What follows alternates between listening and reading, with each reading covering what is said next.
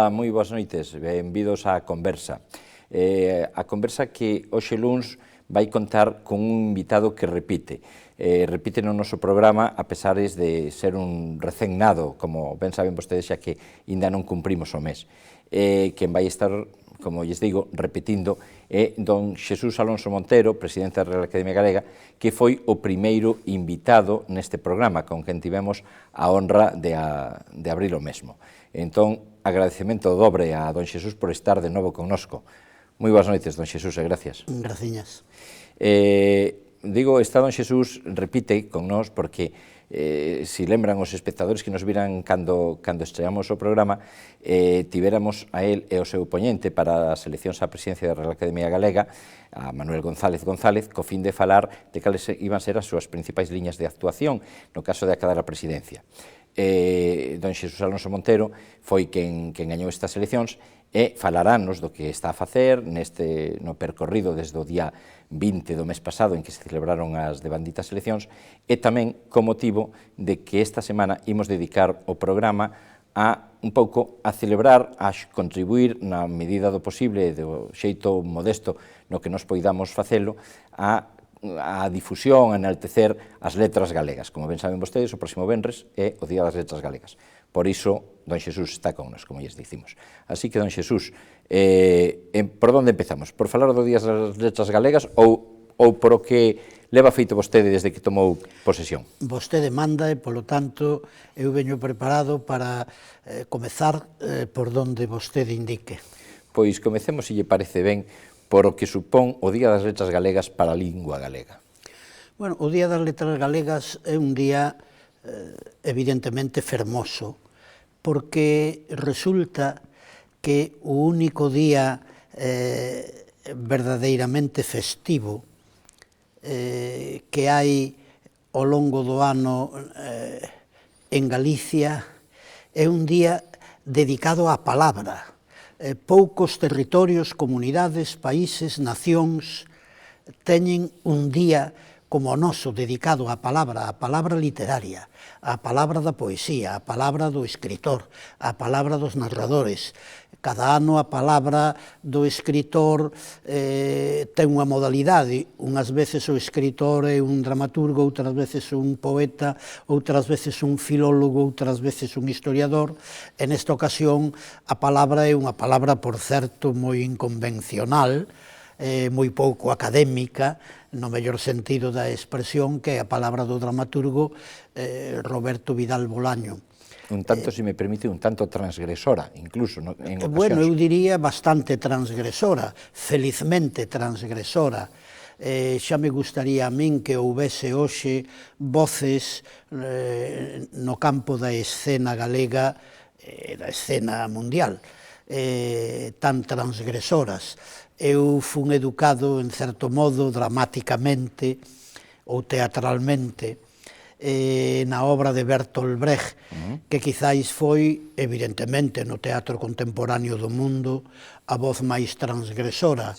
E aínda que a voz de Roberto Vidal Bolaño non coincide exactamente coa do dramaturgo alemán, en todo caso coinciden nunha cousa esencial, que é a transgresión, que é a inconvencionalidade, é achegarse desde a escena á realidade social e, en todo caso, ou caricaturizala, ou cuestionala, ou deostala, ou darlle a volta á tortilla. Vostede falaba tamén, agora mesmo dicía, é un día festivo, pero hai moitas voces que en numerosas ocasións teñen falado desa, falábamos de inconveniencia ahora, diría, de xente que fala da conveniencia ou inconveniencia de que o Día das Letras Galegas sexa festivo ou si a sociedade o viviría máis celebrándose nun día normal, nun día que non fora festivo. Cal é a súa opinión? Houve un tempo, sobre todo no franquismo, claro, en que se celebraba no día que procedía. O día 17, se era domingo, era domingo. O habitual é que fose sábado ou venres ou martes. Eu sei cal é o pro, creo saber cal é o pro e o contra de que sexa un día festivo. Non me gusta dicir festivo, porque eu eduqueime no meu dialecto do Ribeiro, día solto, día santo. Nosos da aldea decimos día solto, día santo. Aínda que este é un santo que non ten santo nos altares, salvo que alguén pense que San 17 de maio está no ceo. Pero bueno, é un santo, San 17 de maio. Eu comprendo o pro e o contra de que sexa ou non en día solto ou en día santo, pero tamén é certo que o día da palabra, porque vai ser menos co día do apóstolo, porque vai ser menos co día da Concepción, porque vai ser menos co día de San Pedro. É dicir, o día da palabra, é o día do verbo. No principio foi o verbo, e este é un país que quizáis non vai pasar á historia polo protagonismo das súas milicias, ou non vai pasar á historia polo protagonismo dos seus conquistadores, e os conquistadores sempre son máis ou menos imperialistas, vai pasar á historia porque foi co facho da palabra por diante. Polo tanto, a palabra é a palabra. Eu creo que é mellor en día santo, non en día solto. É certo que cando era en día solto había nos centros escolares, nos institutos, moitas actividades. É certo tamén que hoxe, aproveitando que é día santo ou día festivo, precisamente este 17 de maio vai ser un longo fin de semana, pois moita xente vai ir á praia, moita xente vai ir ao norte de Portugal, moita xente vai ir a moitos sitios, pero tamén é certo que queda moita xente disposta na Praza do Obradoiro, na Praza do Toural, nas distintas prazas de Vigo ou da Coruña, para recitar versos, para cantar, para facer música. Eu, comprendendo que o debate aínda está aberto, penso que o San 17 de maio debe de ser un día santo, non un día solto. Un día santo para que, ademais, todos os galegos que iramos máis á lingua, pero falaba de que ten que ser como un facho. Ese facho ten que ser, está vivo, o facho da lingua galega. Sería un facho que podería ir de percorrido na celebración dos fachos, por exemplo, en Castro Caldelas, que cecais sexa o sitio onde maior tributo lle rinden aos fachos. É un facho vivo ou como está? Bueno, se falamos dun facho, o facho, por definición, está ardendo. Por eso. Por lo tanto, hai facho. O que pasa co facho pode estar esmorecendo. Pero eu creo que o panorama, a perspectiva e as expectativas da lingua galega, en algún aspecto, son perspectivas un tanto preocupantes, pero noutros aspectos non son tan preocupantes. Hai que pensar que desde que existe o galego no ensino, aprenderon o galego a falalo e a escribilo, estudaron literatura galega miles e miles e miles e miles de rapaces que hoxe teñen 20, 30, 40 anos xa, que nas súas casas non falaban galego, os seus pais non falaban galego e non falan galego. É certo que hoxe en moitas desas casas non falan galego, pero os que foron ao instituto e teñen menos de 40 anos saben, poderían falar o galego, en ocasións falano, saben o escribir e teñen unha cultura literaria non moi exigua. Leron poemas de Rosalía, leron poemas de Curros, leron poemas de Manuel Antonio, leron algún conto de Otero Pedrallo, leron poesía de Álvaro Cunqueiro, asistiron a algunha representación teatral ou de Vidal Bolaño, ou viron Os vellos non deben de enamorarse de Castelao, ou leron esa maravilla de contos que é o libriño de Castelao do ano 34 que se titula Retrincos. Polo tanto, todo iso está aí. E o día que haxa unha política do idioma, desde as instancias que poden ser eficaces, que son fundamentalmente as instancias políticas que están no eido educativo, toda esa xente que ten esta riqueza literaria dentro, que a adquiriu no instituto, que en todo caso non escribe mal o galego e podería falalo con certa corrección, algún día podería potenciarse todo ese universo adquirido de alguna maneira pousado no seu espírito para que pouco a pouco mañán en determinadas esferas da vida, cada vez en máis, vayan convertindo todo ese potencial nunha realidade que os leve a convertérense en falantes do idioma galego. Eu creo que a política do idioma como política pedagóxica, como política persuasiva, como política para convencer, é unha política que ten que ir por este camiño, sabendo que neste momento vai operar sobre miles e miles e miles de xente máis ou menos nova, inferior a 40 ou 42 anos, que hoxe existe e que non existía hai 40 anos cando eu escribín o informe dramático sobre a lingua galega, porque daquela falaban o galego na súa casa, pois moi poucas persoas no ámbito urbano, e en todo caso ninguén asistira a clases de galego, a clases de literatura galega, etc, etc, etc, etc. Así pois, o facho está aí. Si é certo que en algunha parte esmorece, noutras partes é de tal xeito ese facho que podería ser avivado, que podería ser nun futuro máis ou menos inmediato, moito máis luminoso. Pero iso depende fundamentalmente dos gobernos de Galicia, deste goberno ou do goberno que veña. Dos gobernos? Dos gobernos. Da sociedade? Non, por exemplo, das familias. Sí, bueno, é que eu non podo convencer a unha familia de que decidan hoxe á noite empezar a utilizar como idioma doméstico pais, avós, netos, fillos, cuñados, o idioma galego.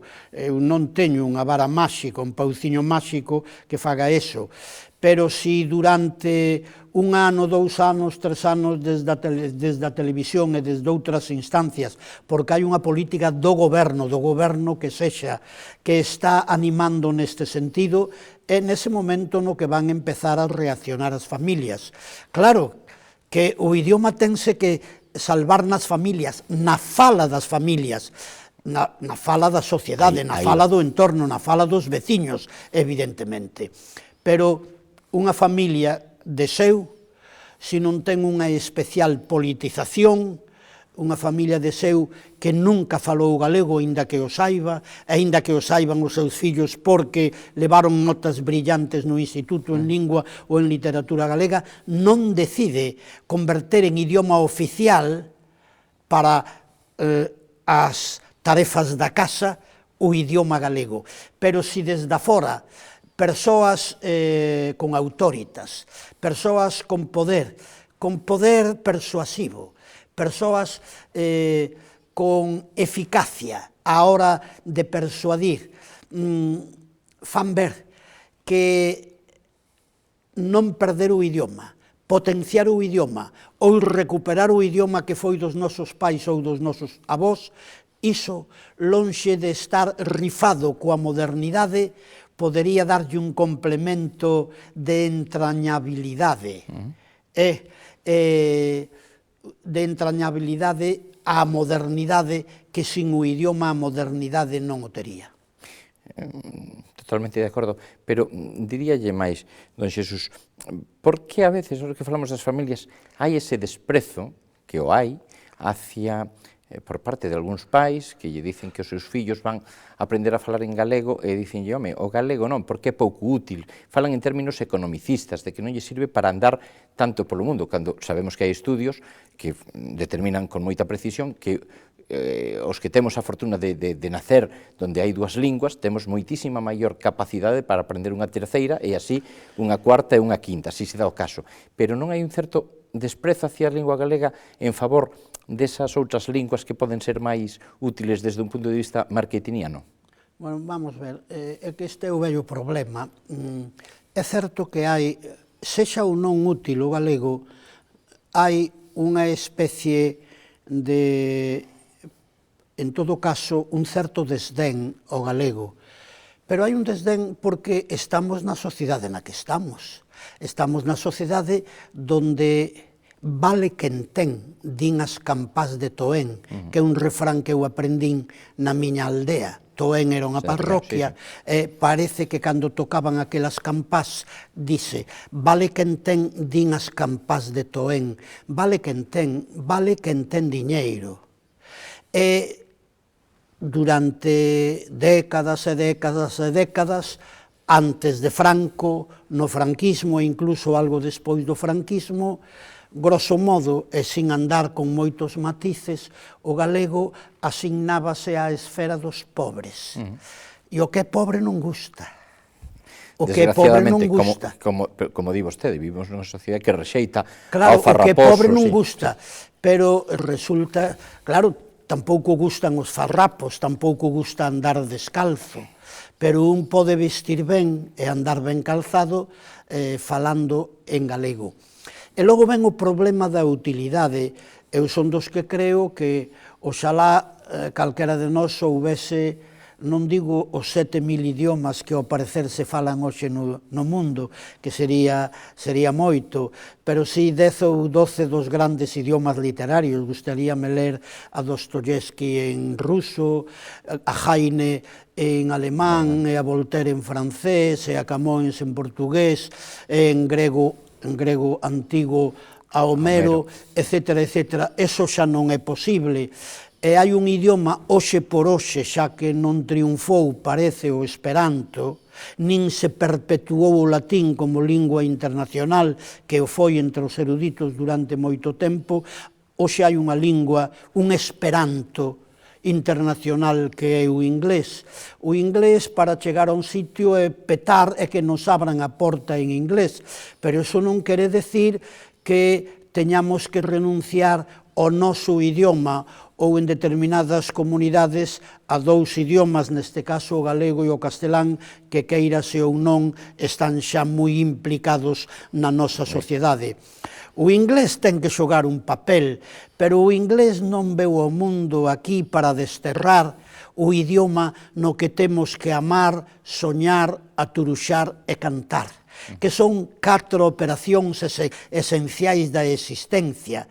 E se estamos instalados no idioma no que amamos, soñamos, aturuxamos e cantamos, ese é o idioma, ese é o idioma. Pódese chegar a ter incluso instalación en máis dun idioma, en galego e en castelán. Eu creo ter instalación nos dous idiomas.